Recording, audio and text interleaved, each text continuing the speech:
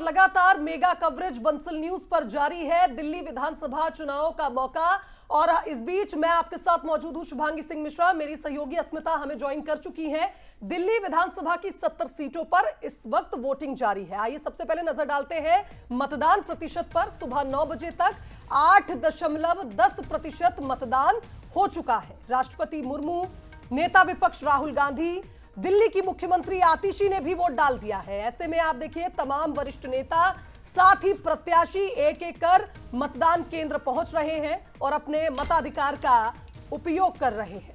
तो आपको बता दें कि एस जयशंकर और मनीष सिसोदिया ने भी वोट डाल दिया है। इसके अलावा कांग्रेस प्रत्याशी संदीप दीक्षित, अलका लांबा ने भी अपना वोट डाल दिया है। बीजेपी प्रत्याशी वीरेंद्र सचदेव ने भी वोट डाला है। 699 उम्मीदवारों की किस्मत का आज फैसला होगा और इसी के साथ लगातार बंसल न्यूज पर पल पल के अपडेट दिल्ली चुनाव से जुड़े आपको दिखा रहे हैं और तस्वीरें भी आप देख सकते हैं। कांग्रेस प्रत्याशी संदीप दीक्षित, उसके अलावा अलका लांबा, एस जयशंकर, मनीष सिसोदिया ने वोट डाल दिया है। लगातार मतदान करने का सिलसिला जारी है। ऐसे में बंसल न्यूज भी दिल्ली वासियों से यही अपील करता है कि अब तक अगर वोट नहीं डाला है तो सबसे पहले वोट डालिए, सारे काम छोड़ दो, सबसे पहले वोट दो।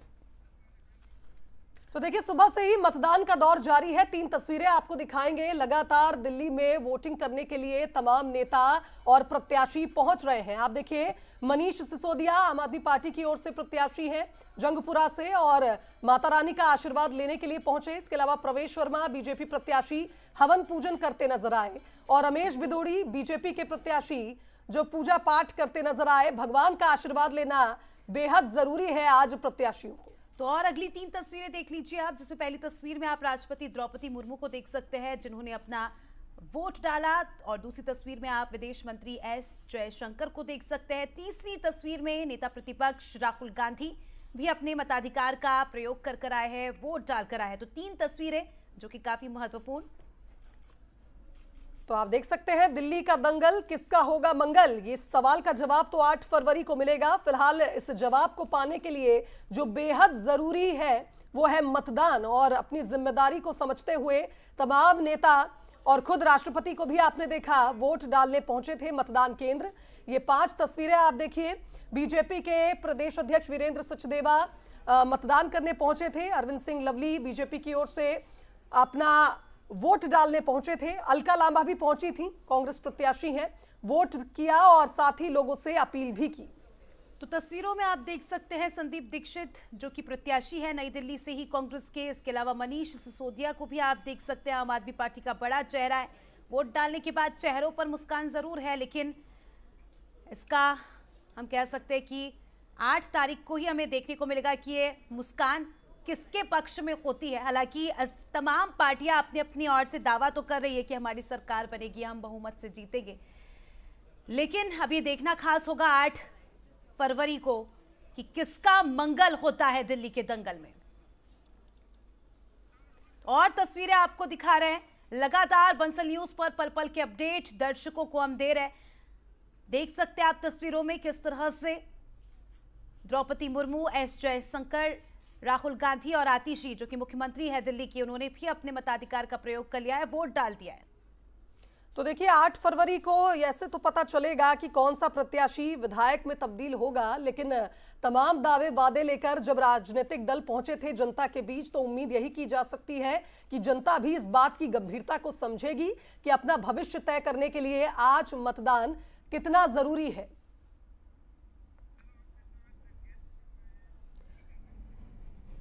चलिए हमारे साथ कुछ राजनीतिक मेहमान जुड़ गए, उनका रुख करेंगे। डॉक्टर ममता त्यागी बीजेपी से अपना पक्ष रखेंगी। बहुत स्वागत है ममता जी आपका। डॉक्टर पूजा त्रिपाठी राष्ट्रीय प्रवक्ता है कांग्रेस की, ज्ञानेंद्र शुक्ला वरिष्ठ पत्रकार और संजीव निगम जी आपकी ओर से अपना मत रखेंगे। आप सभी मेहमानों का मैं स्वागत करती हूं।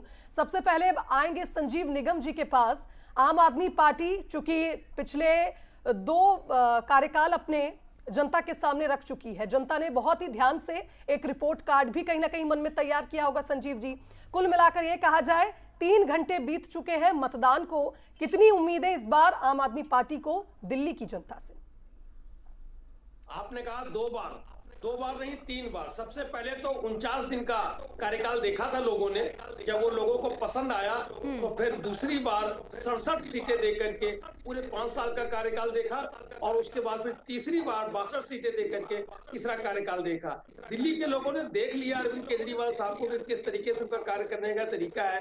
वो जो समाज का बिल्कुल पिछड़ा हुआ अंतिम व्यक्ति है, उसका तक वो ख्याल रखते हैं। आऊंगी आपके पास संजीव निगम जी। गजब का कॉन्फिडेंस है डॉक्टर ममता त्यागी जी। 2 बार क्या, वो तो बोल रहे हैं, अभी से उन्होंने ये बोल दिया है कि हमारी सरकार बन रही है।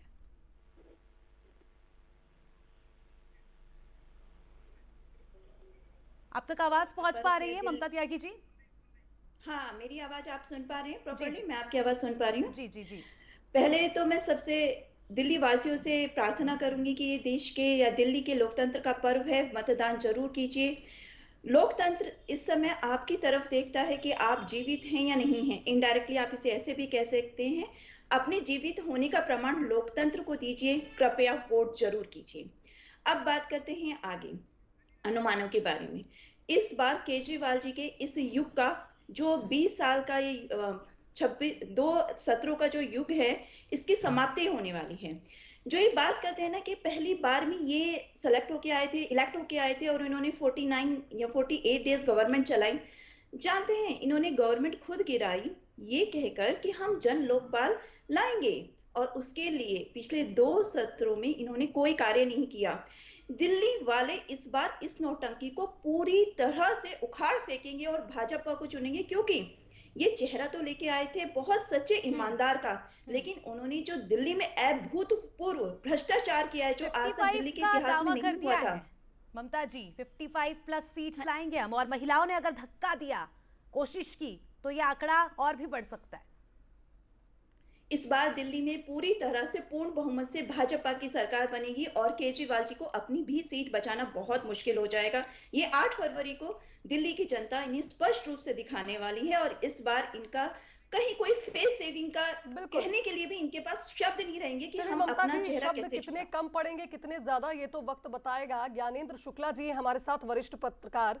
ज्ञानेंद्र जी, आपने तो समझा होगा जिस तरह से इस बार का चुनाव अब एक तरफा नहीं बचा। आम आदमी पार्टी ने जनता के दिलों में जगह बनाई, काफी अच्छा कार्यकाल जो आम आदमी पार्टी कह रही हमारा रहा, कुछ खामियां हमारी रही, सुधारने का मौका जनता हमें दे।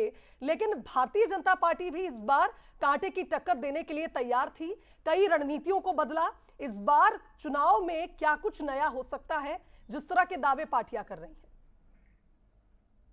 देखिए, हर पार्टी अपनी जीत की कोशिश करती है, लेकिन जब कहीं कोई पार्टी सत्ता में आ चुकी होती है और उसके बाद सत्ता में 3 बार आ चुके हैं आम आदमी पार्टी के लोग, तो ऐसे में जो प्रीवीज की बात की जाती है, जो तमाम योजनाओं की बात होती है, जो मुफ्त में जनता को तमाम लाभ देने की बात होती है, बीजेपी ने इस बार एक दांव तो जरूर चला है, क्योंकि उसको ये पता चला कि पीछे के जो भी उसका अनुभव रहा उसमें फ्रीबीज का बड़ी उनको नुकसान उठाना पड़ा है। तो इसलिए बीजेपी ने इस बार मैसेज देने की कोशिश की, एक तो कि उन्होंने अपनी तरफ से भी कुछ जोड़ने की कोशिश की, उसके साथ ही ये भी एक नैरेटिव बनाने की कोशिश की कि जो अभी तक चल रहा है, यानी आम आदमी पार्टी ने जो कुछ भी किया है वो भी वो जारी रखेंगे।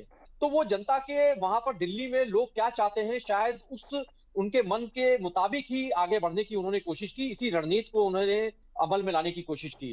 कांग्रेस ने भी यहाँ पर शुरुआती दौर में तो एक्टिव होती दिखाई दी, लेकिन जब जैसे जैसे यहाँ पर चुनाव चढ़ता गया, यहाँ पर मुकाबला आम आदमी पार्टी और बीजेपी के दरमियान ही रह गया है। तो इसीलिए कुछ सीटों पर भले ही कांग्रेस दिखाई देती हो, कुछ संघर्ष करती हुई दिखाई नजर आ रही हो, लेकिन 2 ध्रुवीय एक तरीके से यहाँ का मुकाबला है। जी, और ये थोड़ा कम है। एक और सवाल आपसे चाहती हूँ, उसके बाद हम आगे बढ़ेंगे। एक सवाल का जवाब दीजिएगा। केजरीवाल हो चाहे तमाम शीर्ष नेता हो आम आदमी पार्टी के, जिस तरह से आरोप लगे, जेल जाना पड़ा, क्या ये भी एक बड़ी वजह रही कि माहौल थोड़ा सा बिगड़ गया आम आदमी पार्टी के लिए? देखिए, बिल्कुल जनता के बीच में संदेश जुड़ जाता है कि अगर कोई किस वजह से, किस आरोप में जेल जा रहे हैं। अगर कोई आरोप में जेल जाना तो राजनीति में तो एक चलन रहा है, और इमरजेंसी के बाद इंदिरा गांधी भी जेल गई थी, उसके बाद भी कई सारे ऐसे मौके आए हैं, दक्षिण भारत में कई सारे इंस्टेंसेस रहे हैं। लेकिन आम आदमी पार्टी में जो अरविंद केजरीवाल पर आरोप लगे, जिस तरीके से, क्योंकि आम आदमी पार्टी तो सीधे शुचिता की बिल्कुल बिल्कुल आऊंगी आपके पास सर। और हमारे साथ डॉक्टर पूजा त्रिपाठी भी कांग्रेस से जुड़ चुकी है। पूजा जी, एक बहुत ही सिंपल सा क्वेश्चन, क्या जीरो से हीरो बन पाएगी कांग्रेस? बिल्कुल बनेगी। अभी आम आदमी पार्टी के प्रवक्ता कह रहे थे कि 3 टर्म सरकार दी है, ये वही सरकार है, ये वही अरविंद केजरीवाल जी हैं जो वैगन आर और ओवरसाइज टी शर्ट और रेनॉल्ट की पेन लेकर चलते थे और कहते थे कि मैं सरकारी घर में नहीं जाऊंगा, सरकारी गाड़ी नहीं लूंगा, अपने बच्चों के नाम की एफिडेविट और कसम खा के कहते थे। और आज उन्होंने, जब दिल्ली सांसों के लिए तड़प रही थी, जब दिल्ली के कब्रिस्तान और शमशान के बाहर लाइनें लगी हुई थी, तो उन्होंने एक शीश महल खड़ा कर दिया। ये उनके जन लोकपाल और स्वराज बिल की सच्चाई है। आज दिल्ली में बैठी हूँ और दिल्ली में सांस लेना दूभर है। दिल्ली सिर्फ एक डंप यार्ड नहीं बन गई है। हर दिन जो 3000 मीट्रिक टन का वेस्ट यहाँ पे डंप हो रहा है दिल्ली में ना, यमुना, ये वही केजरीवाल हैं जिन्होंने पहले टर्म में भी दूसरे टर्म में भी कहा था कि हम यमुना में पिकनिक मनाएंगे, यमुना में गांव के गांव ले जाके डुबकी ले जाएंगे, और अब वो हरियाणा को ब्लेम करते हैं यमुना को पॉइजन करने के लिए। ये वही केजरीवाल हैं जिन्होंने स्वास्थ्य और शिक्षा के बड़े बड़े दावे किए थे, लेकिन आज हम सरीन कमेटी रिपोर्ट देखते हैं तो वो कहती है कि दिल्ली का स्वास्थ्य इंफ्रास्ट्रक्चर बिल्कुल ही कोलैप्स हो चुका है। हम वही केजरीवाल हैं जिन्होंने शिक्षा के इतने बड़े दावे किए थे, और आज जब 37 लाख बच्चे सेकेंडरी स्कूल एजुकेशन से ड्रॉप आउट होते हैं, उसमें दिल्ली एक है। ये वही केजरीवाल है जिन्होंने बड़ी बड़ी बातें की थी कि हम ये नहीं करेंगे, हम ये नहीं करेंगे, हम शीला दीक्षित को जेल में डाल देंगे, हम सोनिया गांधी को जेल में डाल देंगे। लेकिन ये वही केजरीवाल है जिनके साथ आपने गठबंधन कर चुनाव लड़ा था लोकसभा का। आखिर इतनी नाराजगी कितनी हो गई कि अब आपको भी आम आदमी पार्टी के कार्यकाल पर सवाल उठाने की जरूरत पड़ गई? क्या कांग्रेस चाहती है कि शांति से धीरे धीरे कर कुछ ऐसा वोट परसेंट बढ़ाया जाए कि किसी को यह भी खबर ना लगे कि हम किस ओर जा रहे हैं? क्योंकि आप देखिए, आपके चुनावी प्रचार में ये जो जोश है वो ज्यादा नजर नहीं आया। हमारे चुनावी प्रचार में बिल्कुल जोश था। हमारे जो नेता है राहुल गांधी, वो लोगों से मिल रहे थे, वो यमुना से लाइव कर रहे थे, वो कुलियों से मिल रहे थे, वो झुग्गी बस्तियों से मिल रहे थे, और वो अरविंद केजरीवाल जी का सारा सच सामने ला रहे थे। और जहां तक आप लोकसभा की बात करते हैं, हम इंडिया अलायंस के बैनर तले सारे गठबंधन पार्टनर्स हमने एक साथ इलेक्शन लड़ा था। पर जब हम स्टेट इलेक्शन लड़ेंगे तो हम जो पार्टी पावर में है, जिस पार्टी ने दिल्ली को बदहाल कर दिया है, दिल्ली को आज इस मुहाने पे लाकर खड़ा कर दिया। संजीव निगम जी, क्या कुछ रिएक्शन आपका? 10-12 वर्षों में हर जाति, हर वर्ग, महिलाओं के लिए, पुरुषों के लिए, छात्रों के लिए, व्यवसायियों के लिए, सबके लिए काम किया, सबके लिए योजनाएं बनाई। आपको याद होगा पहले व्यापारियों के लिए भी है, किस तरीके से जो है इंस्पेक्टर वसूलने जाते थे, लोगों का व्यापार नहीं कर पाते थे। अरविंद केजरीवाल साहब ने ये सब तोड़ा, तो हमको रेवेन्यू भी ज्यादा इकट्ठा हुआ, हमारा जो है बजट भी ज्यादा हमने बढ़ाया, लोगों को दिया। तो तमाम परोपकारी यमुना नहीं साफ की। पूजा त्रिपाठी जी कह रही है कि सांस लेने में दिक्कत हो रही है दिल्ली में। अरे सुनिए, देखिए, जो प्राकृतिक चीजें हैं जो ऊपर से आ रही है, उनके लिए कोई मिल बैठ करके समाधान निकालना पड़ेगा। वो किसी एक राज्य के लिए नहीं है, उसमें केंद्र सरकार को बीच में आना पड़ेगा और उसी राज्यों को बिठाना पड़ेगा, तभी उसका समाधान। सिर्फ ब्लेम गेम से काम नहीं चलेगा। हवा से, पानी से, किस मुंह से ही कह पा रहे हैं कि हम सब साथ बैठेंगे? इनसे एक बार हिसाब तो पूछिए कि यमुना नदी को साफ करने के लिए जो 8500 करोड़ रुपया दिया गया था, उसका क्या हुआ? और रही बात करते हैं यमुना साफ करने की और दिल्ली साफ करने की। कहा तो यमुना के लिए बोला तो स्वीकार तो किया, इतना साफ कोई से कौन नेता स्वीकार करता है? बताइए आपने हिंदुस्तान भर में कौन सा नया वाटर ट्रीटमेंट प्लांट या सीवेज ट्रीटमेंट प्लांट आपने लगा दिया? यमुना की नदी पे तो आपने उल्टा इतना बड़ा गेम खेलना शुरू किया। लेकिन ममता त्यागी जी, आपके नेता और यहाँ तक कि केजरीवाल तो ये भी कहते हैं कि आधी सरकार बीजेपी की भी है, आधी सरकार आपकी भी है दिल्ली में। इनके साथ में प्रॉब्लम क्या है, ये इतना बड़ा नौटंकी या इतना बड़ा झूठ बोलते हैं, सफेद झूठ, कि जब इन्हें पैसे लेने हो तो सारे हमारे पास हैं। यमुना जी का हाँ, हमारा सारा बजट हमें दे दीजिए। जब इनसे पूछा जाए कि उस पैसे का क्या हुआ, तो ये आपकी भी सरकार है, इन्होंने पूरी दो सत्रों में जो दिल्ली को लूटा है ना और दिल्ली को बदहाल किया है, इस बार दिल्ली की जनता इन्हें खुद सबक सिखाएगी। और मैंने कहा ना, जैसे केजरीवाल नाम का ये अध्याय है या आम आदमी पार्टी का ये अध्याय पूरी तरह से इस बार ये जनता बंद कर देगी। इन्होंने दिल्ली के बुजुर्गों को सांस लेने तक के लिए तरसा दिया। कहते हैं मैं केजरीवाल बेटा हूं आपका, मैं कैसा भाई हूं? जो लोग दिल्ली की गरीब जनता, जो गरीब महिलाएं जानते हैं, वो कर्ज के नीचे दब गई। क्यों दब गई? क्योंकि साफ हवा नहीं मिला, साफ पानी नहीं मिला। उनके घर में आधी लोग बीमार होने लगे। और 2100 रुपए देंगे ना, वो बोल रहे हैं चुनाव जीत जाएंगे तो पैसे देंगे महिलाओं को। पैसे देंगे, यही तो इनकी पुरानी खेल है। वो आई वॉश करते हैं। उन्होंने पिछली बार क्या किया, आप सिंपल सा एक उदाहरण ले लीजिए। उन्होंने फ्री बस सेवा पे 400 करोड़ रुपए खर्च किए और इनडायरेक्टली शराब घोटाले के माध्यम से जो यमुना के लिए पानी साफ करने के लिए जो बजट दिया गया था उसको लूट लिया। दिल्ली जल बोर्ड के 28,000 करोड़ रुपए को लूट लिया और दिल्ली की जनता को सिखा दिया, देखो मैंने फ्री बस दी क्योंकि 400 करोड़ रुपए उस पर खर्च कर दिया और उसके बदले उन्हीं के घरों से 40,000 रुपए प्रति व्यक्ति की लूट मचा दी। और दिल्ली की जनता को ये एहसास नहीं हुआ कि वो कर्जे में क्यों दब गई, वो क्यों इतना बीमार पड़ी। तो इनके दोहरा इस बार दिल्ली की जनता के सामने सवाल यहाँ पर ये भी बनता है कि इन्हीं योजनाओं को आगे बढ़ाने का भरोसा तो आपने दिल्ली की जनता को दिला दिया है, फिर अगर ये लूट रहे थे तो फिर किस तरह से आप इन योजनाओं को आगे बढ़ाएंगी? भारतीय जनता पार्टी तो एक अलग राह पर ही चलती है, हमेशा से कहती आई है।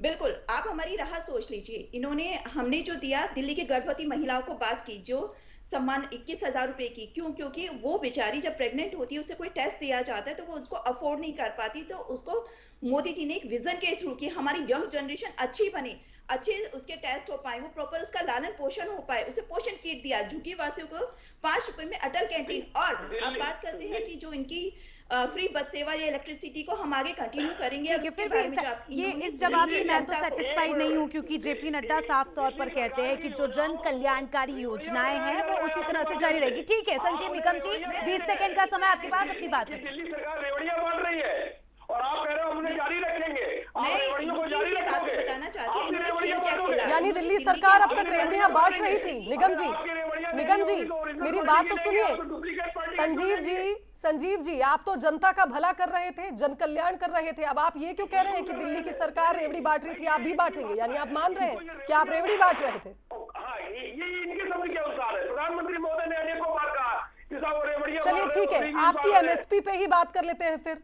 भ्रष्टाचार के खिलाफ केजरीवाल का डेब्यू और अब इस तरह के बड़े आरोप, बड़े सवाल शीर्ष नेताओं पर, क्या जवाब देंगे जनता को? देखिए ये सब अब न्यायालय में विचाराधीन है। मैं अगर इनमें आज बैठ करके मैं आपसे बहस करने लगूंगा तो आज का कोई मतलब नहीं है।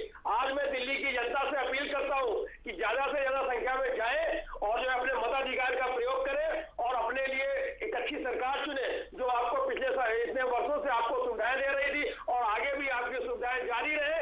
इसके लिए आप अधिक से अधिक संख्या में जाकर के वोट करें और अच्छी सरकार पुनः चुने जो आपको आगे भविष्य के लिए, आपके बच्चों के लिए, आपके शिक्षा के लिए, स्वास्थ्य के लिए। ठीक है संजीव जी, अब दिल्ली की जनता आज डिसाइड कर ही लेगी कि कितना विकास हुआ है, क्या कुछ मुद्दे होंगे। आप सब बने रहिए हमारे साथ, जल्द ही आते हैं और दर्शकों को इस वक्त की खबर बता देते हैं प्रयागराज से।